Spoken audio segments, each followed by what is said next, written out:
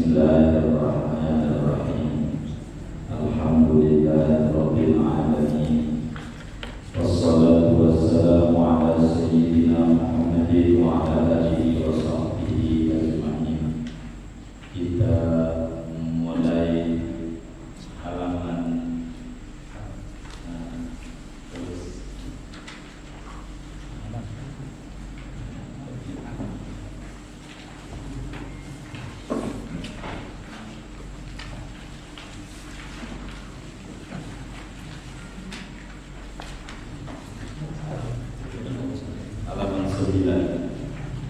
halaman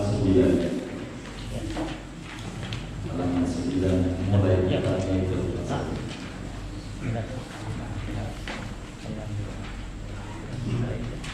9 sudah.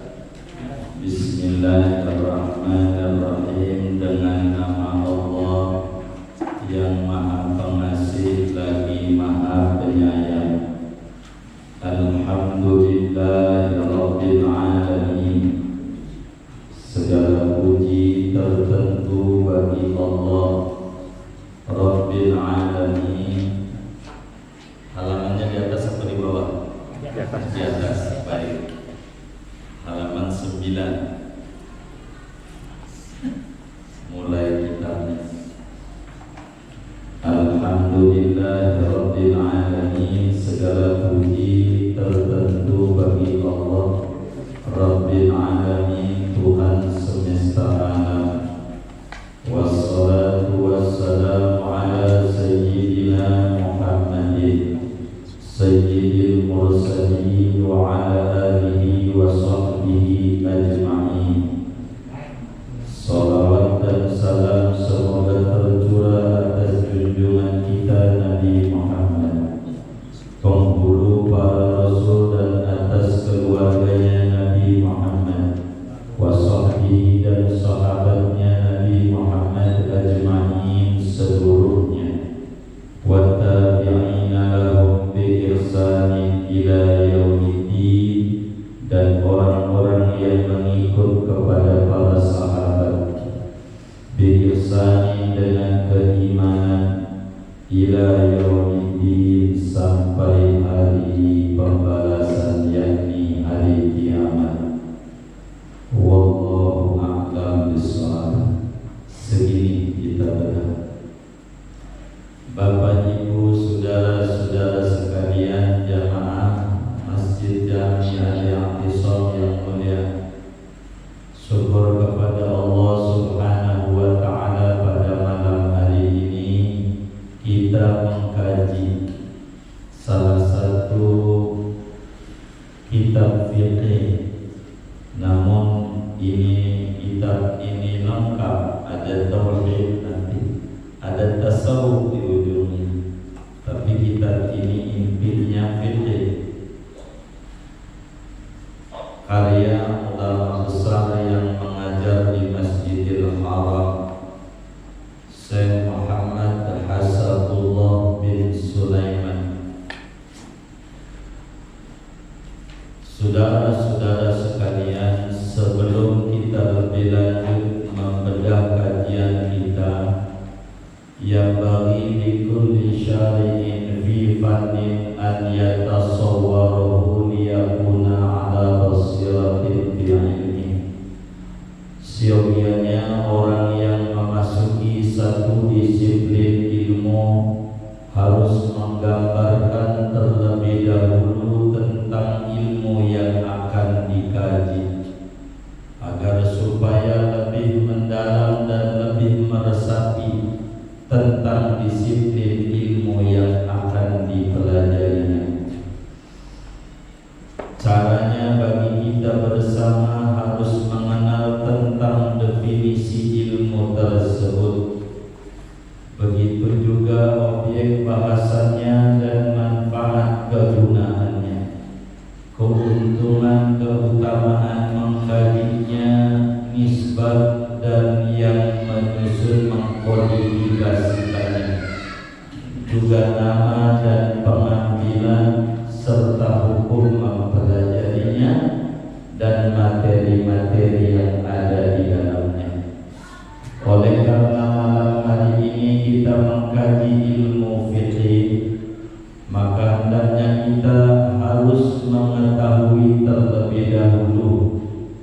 tentang Mabadiul Asyarah, program dasar di dalam ilmu fiqih. Apa definisi fiqih, lalu apa objek bahasanya, lalu apa manfaat dan kegunaannya, kemudian apa fadilah mempelajari ilmu fiqih, lalu apa nisbatnya ilmu fiqih, lalu siapa yang menyusun pertama kali mengkodifikasikan ilmu fiqih, kemudian daripada itu apa namanya, dasar pengambilan ilmu itu dari mana, lalu hukum mempelajarinya apa dan materinya apa-apa. Kurang lebih inilah gambaran kerangka yang akan kita bedah dalam hari-hari kita ke depan, yang akan kita pelajari daripada kajian kita ini. Saudara sekalian, Bapak Ibu, kalau ngomong fikih, definisinya ada dua. Ada secara etimologi dan ada secara terminologi. Secara bahasa dan secara istilah agama. Fikih, saudara, dalam pandangan bahasa artinya faham. Fikih itu adalah faham, sebuah pemikiran yang muncul di dalam otak manusia yang jadi mengerti sesuatu. Itulah yang disebut fikih. Dalam satu hadis Rasulullah SAW bersabda, "Man yuridillahu bihi khairan yufaqihu fiddin." Siapa orang yang Allah kehendaki mati membawa iman Islam, maka orang itu diberikan fikih pada agama. Maknanya faham pada agama. Jadi fikih secara bahasa artinya adalah faham. Namun fikih dalam terminologi agama adalah al-ilmu bil ahkami syar'iyyati al-amaliyati al-muktasabu min adillatiha tafsiliyati. Fikih dalam terminologi agama adalah ilmu yang membahas seputar hukum syariat. Fikih itu adalah ilmu yang membahas seputar hukum agama yang dipraktekkan. Hukum agama yang dipraktekkan, yang ilmu tersebut diambil dari dalil-dalil yang terperinci. Jadi yang namanya fikih adalah ilmu yang membahas seputar hukum dalam pandangan Islam. Hukum Islam yang dipraktekkan, tidak diyakini. Kalau diyakini namanya tauhid, begitu. Tapi ini kudu ada prakteknya, antara teori dan praktek kudu sama. Itulah namanya disebut fikih. Ilmu itu seputar hukum agama. Sebab yang namanya manusia mulai dari bangun tidur sampai dia tidur kembali tidak akan lepas daripada hukum. Hukum yang 5. Ada wajib, ada haram, ada makruh, ada sunnah, ada mubah. Apa apanya saja yang dilakukan oleh manusia tidak akan lepas dari hukum yang lima. Jadi ada wajib, ada haram, ada makruh, ada sunnah, ada mubah. Ini hukum namanya. Hukum lima ini hukum namanya. Dan yang dikerjakan oleh kita apanya aja gak bakalan lepas dari hukum. Apanya saja yang dikerjakan kita. Dan ilmu fikih itu ilmu yang membahas seputaran hukum yang lima ini. Kalau enggak wajib yang dikerjakan orang bisa haram, kalau enggak haram bisa makruh, kalau enggak makruh bisa sunnah, kalau enggak sunnah bisa mubah. Lima ini namanya hukum. Bila kemudian muncul hal baru, maka kemudian itu enggak lepas dari hukum ini. Bila disebut hal baru itu namanya bid'ah, maka bakal ditanya bid'ah apa? Begitu. Apakah wajib? Apakah sunnah? Apakah haram? Apakah makruh? Apakah mubah? Begitu. Karena hukum cuma lima, tidak akan lepas dari lima. Begitu. Sehingga enggak bisa lepas nih dari lima nih. Apa aja bakal ini. Kalau ngomong hukum cuma lima, enggak bakalan muncul ini hukumnya bid'ah. Enggak. Hukum cuma lima, enggak nambah. Dari zaman Rasulullah, cuman ketika bid'ah namanya bukan hukum, masih koma. Bid'ah apakah dia? Begitu. Wajibkah? Haramkah? Sunnahkah? Mubahkah? Makruhkah? Begitu. Karena hukum cuma ada lima. Sehingga segala sesuatu yang terjadi dari zaman dahulu kala sampai akhir zaman, hukum cuma lima. Dan ini yang akan dibahas dalam ilmu yang kita pelajari. Kemudian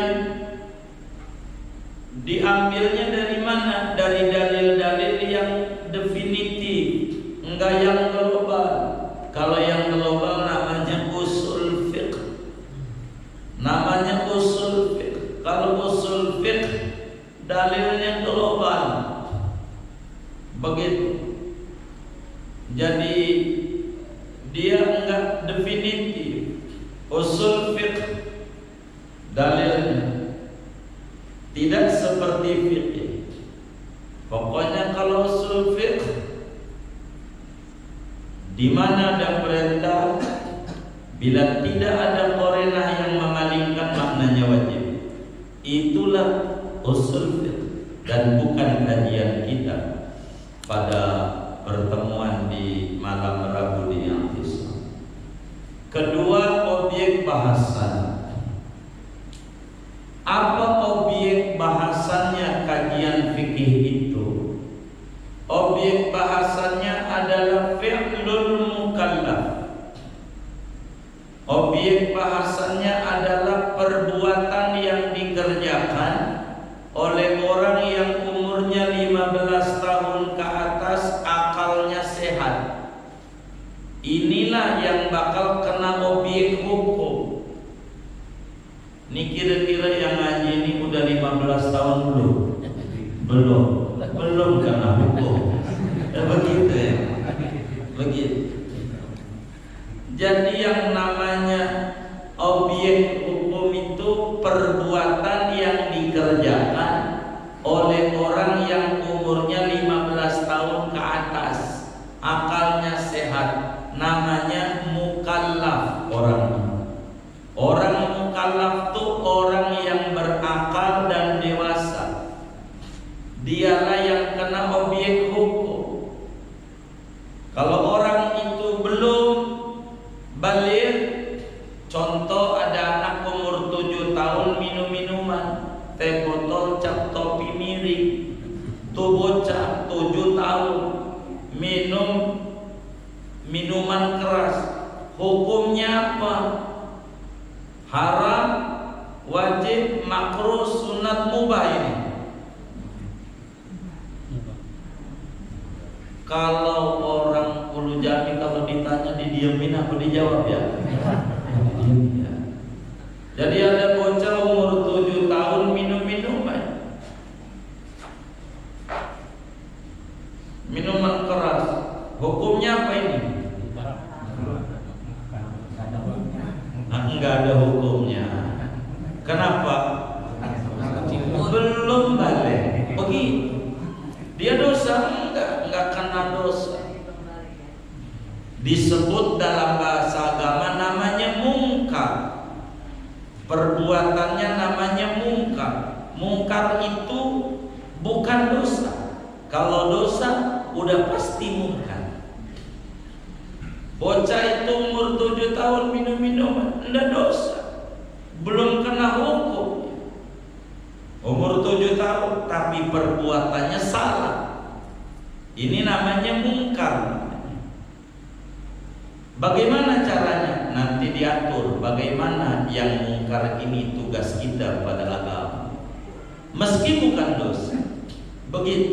Makanya Nabi ngomongnya man ra'a minkum mungkaran. Siapa orang melihat kemaksiatan, dia salah, dia nafsiri hadis Nabi, tidak paham hadis dia. Mungkar itu dibawa maksiat. Anak kecil umur 7 tahun tetap kita kedulakan. Ada nanti ajaran. Buat dia tidak dosa, tapi kita berkewajiban mendidik anak-anak. Nanti lain cerita. Buat dianya tidak dosa. Dia enggak sholat enggak dosa.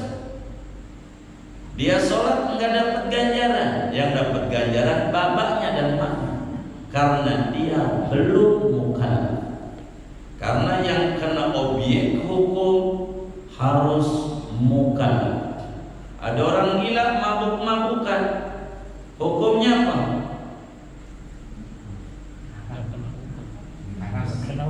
Enggak kena hukum. Kenapa? Gila dia. Maka kata Nabi dalam hadis yang sahih, rufi'al qalamu an salas. Tidak ada hukum daripada 3 golongan. Anis sobiyi hatta yablugh, bocah sampai dia ngalamin dewasa baru kena hukum. Anil majnun hatta yufiq, orang gila sampai dia sembuh. Begitu. Enggak kena hukum. Anin naim, orang tidur. Orang tidur dia ngomong macam-macam, ngomongin orang lagi tidur, jangan kurang ajar, dia tidur. Dosa enggak? Enggak. Dia enggak ada. Iya. Yang tidur namanya enggak kena hukum. Disebutlah ngigo namanya. Disebut. Ngigo enggak kena pasal dalam Islam. Jadi yang menjadi objek bahasan perbuatan yang dilakukan oleh orang umur 15 tahun ke atas, akalnya sehat, baru bakal kena hukum apa wajib, apa haram, apa sunnah, apa makruh, dan apa mubah. Ini yang namanya fikih kita kaji. Lalu apa manfaatnya mengkaji ilmu fikih? Apa manfaat yang didapat? Imtisalul awamir wajtinabun nawahi. Manfaatnya belajar duduk di majelis fikih itu, kita akan dapat menjunjung tinggi perintah Allah dan menjauhi larangan Allah. Sebab bagaimana mungkin kita bisa menjunjung tinggi perintah Allah kalau kita nggak tahu mana perintah-perintahnya? Bagaimana mungkin kita bisa menjauhi larangan Allah bila kita nggak tahu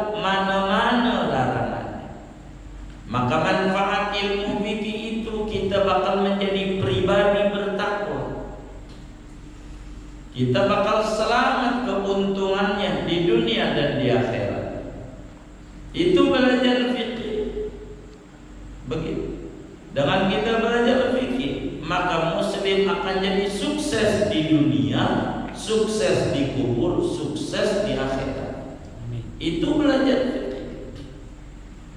Begitu. Belajar fikih. Maka inilah pentingnya kita mengkaji ilmu fikih. Kita bakal nurut amal. Gimana kita mau nurut amal Allah kita nggak tahu? Ini yang Allah suruh nih bagaimana? Begitu. Ini kan itu kita bakal nggak nurut amal Allah. Sholat umpama, bagaimana yang sholat yang Allah maui dari kita? Maka dicontohkanlah oleh Nabi. Nah kita disuruh balik sama Nabi. Beginilah yang pokok, namanya rukun sholat. Ini penyempurna, namanya sunnah sholat, dan seterusnya. Itu nanti bakal di depan akan kena bedah daripada ilmu fikih. Jadi manfaat daripada kita belajar fikih agar supaya kita mampu menjunjung tinggi perintah Allah dan menjauhi larangan-larangan, supaya kita tahu ini dilarang atau tidak. Ini adanya di dalam ilmu fikih. Lalu apa keuntungannya, fadilahnya, nilai plusnya daripada kita duduk di dalam ilmu fikih?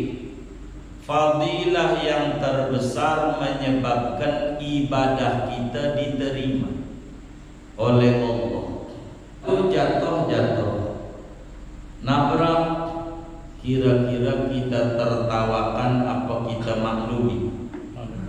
Kenapa dimaklumi? Belajar. Masih belajar. Begitu kita sholat, duduk di majelis fikih, ada yang kurang dari sholat kita, malaikat adukan, ini Rob nih orang nggak benar. Masih belajar, terima aja. Masih belajar. Itu fadilah duduk di majelis ilmu fikih. Kesalahan-kesalahan itu dimaklumi. Kenapa? Karena dia masih belajar, dan keuntungannya dia meninggal membawa iman dan Islam. Nabi sampaikan, man yuridillahu bihi khairan yufaqihu fiddin. Siapa orang yang Allah kehendaki kebaikan yang banyak, diantaranya mati membawa iman Islam, maka Allah beri dia faham pada agama. Duduk dia di majelis ilmu fikih, duduk dia belajar ilmu fikih. Lalu apa nisbatnya ilmu fikih ini? Dia kategorinya ilmu agama. Sebab ilmu agama terdiri dari 3 instrumen. Ada namanya tauhid, ada namanya fikih, ada namanya akhlak tasawuf. Maka fikih ini nisbatnya minal ulumi syar'iyyah, daripada ilmu syariat. Kalau di kampus namanya fakultas syariat atau fakultas hukum. Begitu. Ini fikih. Lalu kemudian siapa yang menyusun pertama kali fikih ini? Yang mengkodifikasikan fikih ini adalah Al-Imam Abu Hanifah, ulama yang wafat tahun 150 Hijriah. Dialah yang pertama kali membukukan menjadi buku yang namanya ilmu fikih. Tadinya di mulut-mulut saja. Nabi ajarin nama sahabat, sahabat ajarin pada tabi'in. Beliaulah yang membukukan. Ini bab wudu namanya, ini bab sholat, ini bab hukum tata negara, ini bab hukum pernikahan, ini bab hukum pidana, ini bab hukum waris. Beliaulah yang pertama kali membukukan. Karena itu kata Al-Imam Syafi'i radhiyallahu ta'ala an-nasu 'ayalun fil fiqhi 'ala Abi Hanifah. Manusia itu, ulama itu punya utang budi pada Imam Abu Hanifah. Mereka itulah begitu. Beliaulah yang membuat kitab fikih pertama kali. Seperti ada namanya vocabulary, namanya kamus. Kenapa disebut kamus? Karena yang pertama kali menyusun tentang kosakata, kata demi kata, ini artinya apa, ini artinya apa, dari mana. Ada Al-Fairuz Abadi, nama bukunya Al-Qamus. Maka dari kamus ini muncul kamus ini, kamus Inggris Arab, kamus, karena dia nama pertama kali. Kayak dagang air pertama kalinya Aqua, maka merek apa aja ditanya minumnya apa? Aqua, padahal fit merek. Itu karena pertama kali dia yang membuat air mineral kemasan. Begitu. Jadi yang membuat fikih pertama kali membuat, baru muncul fikih ini, fikih itu, fikih ini, fikih itu. Itu seperti demikian. Inilah yang namanya disebut fikih, yang mengkodifikasikan. Ilmunya mau dari Nabi semuanya, cuman yang membukukannya gitu. Baru diikuti oleh banyak ulama. Begitu. Namanya apa namanya? Banyak namanya. Disebut ilmu fikih. Kemudian ada namanya hukum Islam, ilmu hukum. Ada namanya adalah ilmu halal haram. Ada namanya ilmu syariat. Banyak. Dia juga ada uang, fulus, duit ini. Hanya beda kata. Namanya banyak, tapi yang populer namanya ilmu fikih. Namanya banyak nama. Banyak nama, banyak gelar menunjukkan banyak kelebihan. Lalu pengambilannya dari mana itu ilmu fikih? Maka pengambilannya ilmu fikih itu hadirin 4. Pertama dari Quran, kedua dari hadis, ketiga ijma, keempat qiyas. Ini namanya dasar pengambilan ilmu fikih. Jadi hukum itu pertama kali dicari dulu di dalam Al-Quran. Dari 6.666 ayat, cari hukum yang berkenaan dengan kasus yang ada. Kalau ketemu, langsung terapkan itu hukum. Kalau dia tidak ada dalam Al-Quran secara tersurat, berarti ada di dalam Al-Quran secara tersirat. Itulah yang menjadi namanya hadis Nabi, 2 sunnah. Apa itu sunnah? Sunnah itu adalah hukum-hukum Al-Quran yang tersirat, yang dijelaskan oleh Nabi, memahaminya sebagai orang yang diturunkan Quran kepadanya, dia lebih mengerti maksudnya. Maka yang kedua, bila di Al-Quran tidak ditemukan, carinya di As-Sunnah, cari di hadis. Cari di hadis Nabi, harus dicari. Nabi punya murid namanya sahabat. Sahabat Nabi jumlahnya 124.000 orang. Ini dicari nih semuanya. Sebelum kita bilang ini bid'ah, tar dulu. Jangan gampang menuduh, cari dulu hukum. Minimal pada 14 kitab hadis untuk merumuskan sebuah hukum. Tanpa itu dia keliru ya. Pertama, dia dibongkar dulu pada Sahihul Bukhari sebagai hadis yang sahih untuk produk hukum di bawah Al-Quran. Sahih Bukhari kurang lebih isinya 10.000 hadis. Cek satu-satu dari kasus yang ada. Ada nggak di situ? Kalau dia nggak ada, nggak boleh langsung beda. Cari lagi. Namanya Sahih Muslim, kurang lebih 10.000, 9.000 sekian. Cari itu. Kalau nggak ada di Sahih Muslim, nggak boleh berhenti dia di situ. Cari di Sunan Abu Dawud.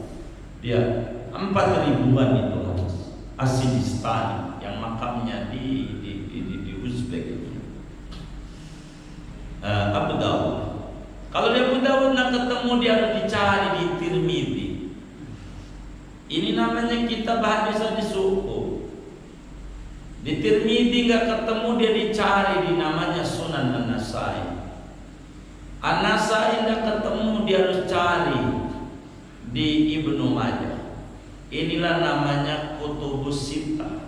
6 kitab hadis pokok: Bukhari, Muslim, Abu Dawud, Tirmidzi, Nasai, Ibnu Majah. Enggak 6 ini aja, masih ada 8 lagi dia kalau mau nyari hukum. Sebelum ngomong bid'ah, biar dia jangan membid'ahkan Rasulullah gara-gara bodohnya dia tentang Islam. Dia cari di Al-Muwatta Imam Malik 4.000-an hadis. Enggak ada di situ, dia harus cari di Sunan Ad-Darimi. Enggak ada di situ, dia harus cari di Mustadrak Imam Hakim.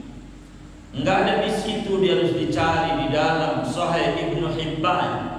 Enggak ada di situ, dia harus cari di Sahih Ibnu Khuzaimah. Enggak ada di situ, dia harus cari di dalam Sunan Ad-Daraqutni. Enggak ketemu, dia dicari di Mu'jam At-Tabarani.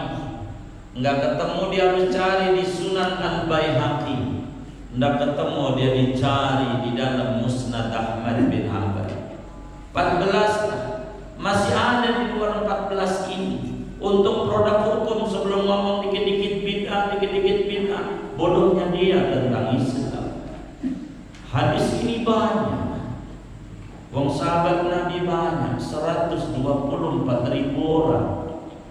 Kalau satu orang satu hadis, maka logikanya jumlah hadis 124.000. Tapi enggak begitu faktanya. Abu Hurairah 5.337 di luar kepala dari Nabi. Siti Aisyah 1.210 hadis. Anas bin Malik 2.200 sekian hadis. Ibnu Abbas 1.660 hadis. Pukul rata. Persahabat 100 kali 124.000. Berapa? Udah dicari belum mama? Maka Muslim yang bijak, saya belum tahu hadis. Itulah Muslim yang benar. Daripada dia berkata tidak ada hadis, emang sudah dicek dari seluruh sahabat Rasul. Itu begitulah Muslim. Sehingga dia tidak kaku dalam hidup. Begitu. Enggak gampang nyalain masyarakat, enggak gampang nyalain orang. Karena Islam ini luas, enak. Ini namanya as-sunnah. Kalau di hadis enggak ketemu hukumnya, enggak ada bunyi yang kayak begitu. Ijma'. Ijma'. Apa itu ijma'? Kalau bahasa gampang sekarang, ya DPR sidang, muncul produk hukum, itulah namanya ijma'. Jadi ulama semuanya sepakat pada satu perkara yang terjadi, namanya disebut ijma', kesepakatan para ulama. Dan itu tidak asal, sebab ada sandaran hadis dari Nabi, la tajtami'u ummati ala dhalalah. Enggak bakalan sepakat bersekongkol ulama Islam kalau itu sesat. Jadi tidak apa. Itu ijma'. Kalau ijma' enggak ketemu, namanya qiyas. Qiyas itu adalah menyamakan suatu perkara yang tidak tersurat hukumnya dengan sesuatu yang tersurat hukumnya karena ada kesamaan makna. Hamlu syai'in ghairi mansusin ala syai'in mansusin li jami'in bainahuma. Namanya qiyas. Contoh di pom bensin ada tulisan dilarang merokok, berarti merokok dilarang. Itu namanya pemahaman yang didapat dari tulisan. Bahasa Arab disebut mantuk. Begitu. Yang eksplisitnya begitu. Tapi muncul bagaimana kalau nabun di pom bensin gak ada tulisannya? Boleh dong. Enggak begitu. Namanya qiyas. Walaupun nabun gak ditulis, dilarang nabun, kita gak boleh nabun karena bisa paham dari tulisan itu. Bila merokok aja yang apinya kecil gak boleh, apalagi nabun. Itu namanya disebut qiyas. Menyamakan sesuatu dengan sesuatu. Begitu, menyamakan. Itu namanya qiyas. Begitu namanya. Seperti apa yang terjadilah di orang kampung kalau ada orang meninggal. Kadang dibaca Quran, kadang baca doa. Nabi kalau sholat jenazah dia baca Quran, sholat Fatihah, takbir pertama, takbir ketiga doa, Allah maghfir warham. Doain siapa? Doain orang mati. Orang mati, orang hidup. Udah mati bung, nyawanya bisa, terlepas dikubur atau belum. Tapi doain orang yang nyawanya bisa. Ini Nabi kerjakan. Dia lalu diperpanjang sama orang. Namanya qiyas. Begitu. Hukum Islam tuh begitu, mengqiyas. Kayak kita bikin kampus, universitas, UI, UGM dan seterusnya. Apakah zaman Nabi ada? Enggak ada. Lalu apakah jadi haram? Enggak. Itu sama. Apa sih isinya? Menuntut ilmu. Oh, zaman Nabi juga ada menuntut ilmu. Hanya ini berbicara klasikal saja. Oh, menuntut ilmu wajib. Gak apa. Begitulah Islam. Enggak ini beda, ini beda. Enggak begitu Islam. Jadi enggak kaku. Jadi Muslim itu. Inilah Islam. Ada Quran, ada Sunnah, ada ijma', ada qiyas. Jadi menyamakan. Hukum itu disamakan. Enggak perlu hukum itu ditulis semuanya. Begitu. Dan Islam hebatnya, hukum dulu muncul, baru kasus. Itulah hebatnya Islam. Enggak kayak kita.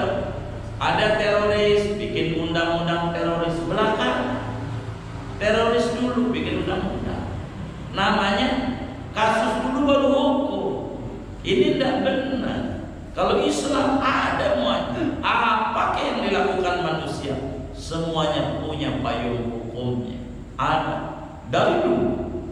Inilah yang disebut emang inna dina indallahil Islam.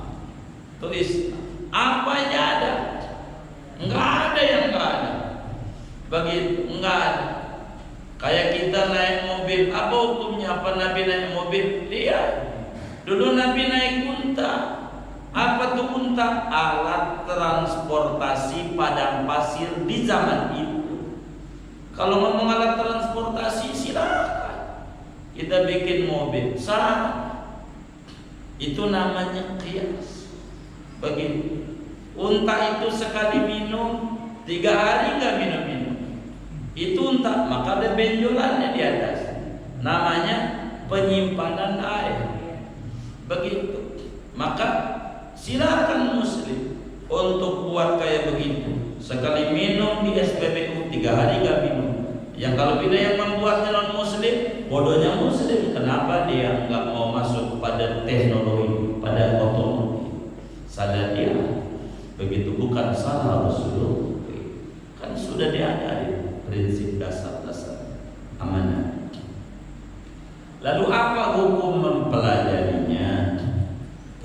mempelajarinya fardu ain. Yang namanya orang yang umur 15 tahun ke atas, akalnya sehat, wajib ngaji ilmu fikih. Siapa aja. Adapun guru bebas. Guru mau boleh mati, guru boleh ganti, tidak mesti Fahrudin gurunya. Siapa aja yang penting ngaji muslim. Karena menggugurkan kewajiban. Biar kita nggak dosa. Masa badan kita aja kita kasih makan, masa ruhani kita nggak kita kasih makanan, bisa gersang dan mati pohon ruhani kita. Maka belajarlah muslim tentang fikih. Lalu apa materi-materinya ilmu fikih? Ini banyak. Disingkat ada 5. Yang pertama namanya fikih ibadah, yakni hukum yang berkenaan dengan ibadah. Dari mulai wudu, sholat, puasa, zakat, haji, kurban, akikah. Ini namanya kategorinya fikih ibadah, hukum-hukum ibadah. Itu satu. Dan bagian ini yang wajib tiap muslim belajar, fikih ibadah. Yang kedua fikih muamalah. Apa itu? Hukum interaksi sosial terkait ekonomi, atau disebut ekonomi Islam. Apa itu obligasi, apa itu saham, bagaimana membuat PT, CV, firma, bagaimana berwakil. Apa kudu disebut kalau kita jadi wakil nikah, saya nikahkan engkau, saya kawinkan engkau Ahmad dengan perempuan tunanganmu Hindun, putri anak kandungnya Bapak Muhammad yang berwakil sama saya. Perlu disebut begitu apa enggak? Ini ada di dalam fikih muamalah.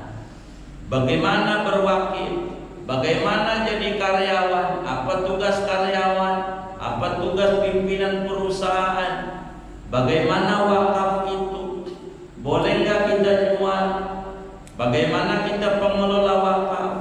Umpama dikasih kipas angin, lalu kipas anginnya ada yang ngasih aset, lalu ditaruh di gudang, dosa nggak kita tuh wakafnya diberhenti? Itu diatur dalam fikih muamalah, dalam Islam diatur. Ini namanya disebut fikih muamalah. Tapi kita nggak sampai situ ini karena kecil. Kemudian ada namanya itu fikih mawaris, mengatur bagaimana cara waris dalam Islam. Siapa yang dapat warisan 1/8, siapa 1/4, siapa 1/6, siapa 1/3, siapa 2/3, diatur oleh Islam. Namanya fikih mawaris. Kemudian ada fikih munakahan. Ini biasanya digabung mawaris dan munakahan, yakni undang-undang pernikahan Islam diatur. Kayak di Indonesia namanya undang-undang pernikahan perkawinan nomor 1 tahun 74 baru udah keluar. Begitu. Itu diatur bagaimana cara nikah, bagaimana seorang suami ngomong sama bininya lagi ribut, udah kalau begini cerai aja, ya udah gua cerai. Jatuh apa enggak diterangin dari dulu.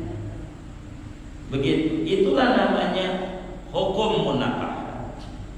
Kemudian itu ada ahkamus sultani, hukum ketatanegaraan. Bagaimana cara membuat sebuah negara yang benar? Menteri-menteri apa yang harus vital dalam sebuah negara? Itu diatur oleh Islam. Begitu lengkap oleh Islam diatur. Bagaimana dalam membuat sebuah negara? Kalau kita berbuat partai, berapa partai? Begitu. Nanti bakal diatur 2 aja. Yang pakai Amerika makanya maju. 1 jadi penguasa, 1 pengontrol. Enggak boleh banyak, makanya maju. Kalau kita enggak, emang kita mau enggak mau pakai Islam, kan begitu.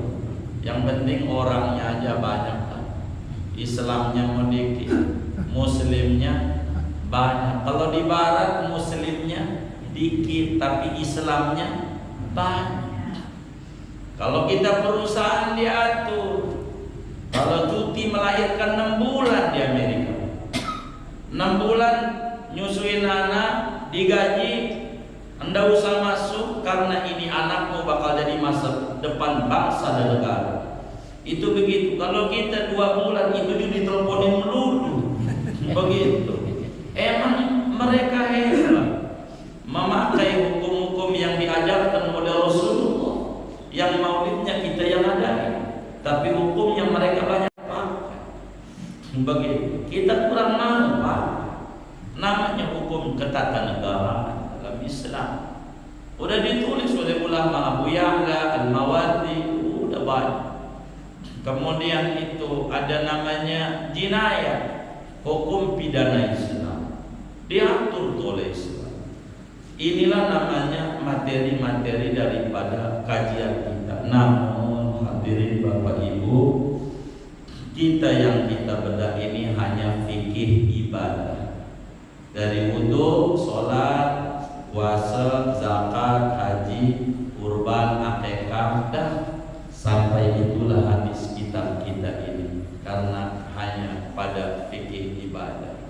Mungkin ini juga yang kemudian kita belajar. Kalau kemudian kita pakai kitab yang tebal-tebal berjilid-jilid, takut keburu khatam kitanya. Kitabnya belum. Ini juga bingung juga. Apa yang khatam kitab dulu, apa kita dulu? Ya, imam wa imam. Dua kemungkinan, benar nggak? Iya. Kalau nggak kita dulu yang khatam, ya kitab dulu, benar nggak? Ya mudah-mudahan kita bisa khatamkan kitab yang kita pelajari. Inilah saudara gambaran awal. Sebelum saya menerangkan Bismillahirrahmanirrahim, kenapa ya kita mengawalinya dengan Bismillah pada kitab yang beliau tulis, segini aja dulu dah. Ya namanya juga Indrayan ya, kita nggak usah banyak-banyak. Begitu segini dulu. Ada yang ditanya mungkin dari materi ini atau di luarnya sebelum doa, silahkan. Wallah. Mau tanya ya kan? Boleh. Itu sekarang ini pemerintah nggak ngerti tentang agama dong kalau begitu, banyak melanggar tentang Islam gitu loh. Enggak juga, karena kan negara kita bukan negara Islam. Negara kita. Iya, kan kita berdasarkan Undang-Undang Dasar 45. Begitu dengan Undang-Undang Dasar 45 ini dengan pijakan dasar Pancasila. Begitu. Jadi asal tidak melanggar undang-undang saja. Cuman siapa yang bisa menyambungkan batang tubuh Undang-Undang Dasar dengan Pancasila supaya tidak yang ini jadi minyak, yang ini jadi air. Ini enggak benar. Karena Undang-Undang Dasar kurang begitu banyak menyatu pada tataran implementasi dengan Pancasila sebagai bangunan pondasi berbangsa dan bernegara. Kenapa begitu? Karena Pancasila, sila pertamanya ketuhanan yang Maha Esa. Sementara pada Undang-Undang Dasar 45 pada pasal 3, negara kita ini adalah negara hukum. Hukum apa? Begitu. Jangan pakai berjilid PU, karena bakal menjadi keliru kalau pakai BW, begitu. Atau hukum Perancis atau hukum Belanda. Karena kalau negara kita negara hukum, hukum apa? Ya hukum yang kembali kepada pijakan dasar, hukum yang berketuhanan yang Maha Esa, hukum yang kemanusiaan yang adil dan beradab, hukum yang mempersatukan Indonesia, hukum yang kerakyatan yang dipimpin oleh hikmah, hukum yang berkeadilan sosial, harus ke sana. Hukum ini baru rule ini bakal jadi bagus. Cuman tugas siapa ini? Bapak kita bagiannya yang mentelaah bagian ini. Itu begitu, baru rule itu bakal benar. Kalau enggak, Undang-Undang Dasar tidak berpijak pada fondasi dasar. Karena kalau mau hukum harus hukum yang balik pada ketuhanan yang Maha Esa, pada keadilan sosial, pada kemanusiaan, pada persatuan, hukum terus begitu. Enggak boleh dipilah-pilah. Bila ini tidak dijalankan, bakal menjadi pincang dalam bernegara. Kurang lebih demikian. Allah. Sudah? Baik. Kalau sudah, kita doa. Baik. Kita tutup dengan baca Fatihah. Mudah-mudahan duduk-duduk kita di majelis ilmu ini Allah Subhanahu wa taala memberikan kita semua keberkahan umur, keberkahan ilmu, keberkahan rezeki, keberkahan usaha, keberkahan keluarga, keberkahan anak keturunan, keberkahan lingkungan. Kita diberi barakah di dunia, barakah di kubur, dan barakah di akhirat. Amin ya rabbal alamin. Bismillahirrahmanirrahim.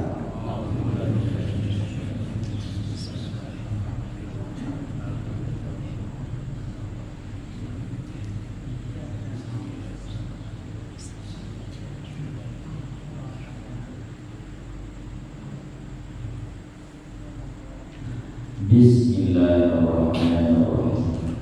Alhamdulillahirabbil alamin. Hamdan yuafi ni'amahu wa yukafi'u mazidah. Ya Rabbana lakal hamdu kama yanbaghi li jalali wajhika wa li'azimi sultanik. Allahumma shalli ala sayyidina Muhammad wa ala ali sayyidina Muhammad salatan taj'aluna biha wa auladana min ahli al-ilmi wa ahli al-khairi wa ahli al-Qur'an wa la taj'aluna wa iyyahum biha min ahli syarri wa khairi wa tughyan. Innaka ala kulli syai'in qadir. Ya musabbibal asbab, ya fatihal abwab, ya sami'al aswat, ya kafiyal muhimmat, ya kashifal kurbat, ya qadiyal hajat, ya mujibad da'awat. La tada'lana damban min majlisina hadha illa ghafalta, wa la hamman illa farajta, wa la aiban illa satarta, wa la jahilan illa 'allamta, wa la nasiyan illa dzakarta, wa la faqiran illa aghnayta, wa la madinan illa hadaita, wa la maridan illa syafaita, wa la habiban illa hafidta, wa la aduwan illa damarta wa qassarta wa kabbatta, wa la hajatan min hawaijid dunya wal akhirah illa qadaitaha wa a'antaha wa yassartaha ya arhamar rahimin. Allahumma shrah sudurana wa nawwir qulubana waghfir dhunubana warham mautana wa wasi' rizqana wa hassin akhlaqana wa ilal khairi qarribna wa 'anil syarri ab'idna.